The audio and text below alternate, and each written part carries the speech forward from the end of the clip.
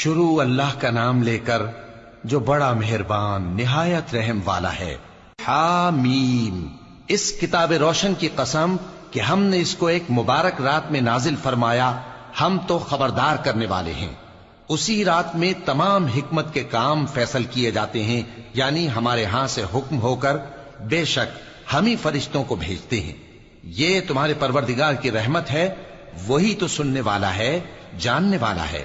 آسمانوں اور زمین اور جو کچھ ان دونوں میں ہے سب کا مالک، بشرطے کہ تم لوگ یقین کرنے والے ہو۔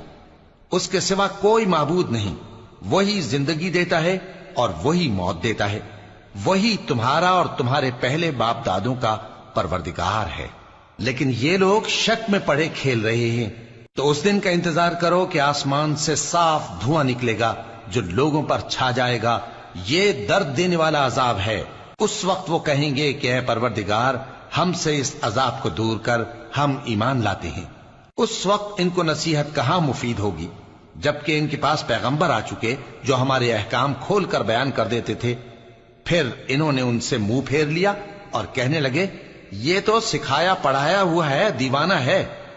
ہم تو تھوڑے دنوں عذاب ٹال دیتے ہیں، مگر تم پھر کفر کرنے لگتے ہو۔ جس دن ہم بڑی سخت گرفت کریں گے تو بے شک انتقام لے کر چھوڑیں گے۔ اور ان سے پہلے ہم نے قوم فرعون کی آزمائش کی، اور ان کے پاس ایک عالی قدر پیغمبر آئے جنہوں نے یہ کہا کہ اللہ کے بندوں یعنی بنی اسرائیل کو میرے حوالے کر دو، میں تمہارا امانت دار پیغمبر ہوں، اور اللہ کے سامنے سرکشی نہ کرو، میں تمہارے پاس کھلی دلیل لے کر آیا ہوں، اور اس بات سے کہ تم مجھے سنسار کرو، میں اپنے اور تمہارے پروردگار کی پناہ لے چکا ہوں، اور اگر مجھ پر ایمان نہیں لاتے تو مجھ سے الگ ہو جاؤ۔ تب موسیٰ نے اپنے پروردگار سے دعا کی کہ یہ نافرمان لوگ ہیں۔ اللہ نے فرمایا کہ اچھا، میرے بندوں کو راتوں رات لے کر چلے جاؤ، اور فرعونی ضرور تمہارا تعاقب کریں گے، اور سمندر سے کہ ٹھہرا ہوا ہوگا پار ہو جانا، تمہارے بعد وہ پورا لشکر ڈبو دیا جائے گا۔ وہ لوگ بہت سے باغ اور چشمے چھوڑ گئے، اور کھیتیاں اور نفیس مکان اور آرام کی چیزیں جن میں وہ عیش کیا کرتے تھے۔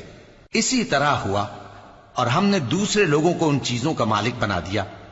پھر ان پر نہ تو آسمان اور زمین کو رونا آیا، اور نہ ان کو مہلت ہی دی گئی، اور ہم نے بنی اسرائیل کو ذلت کے عذاب سے نجات دی، یعنی فرعون سے۔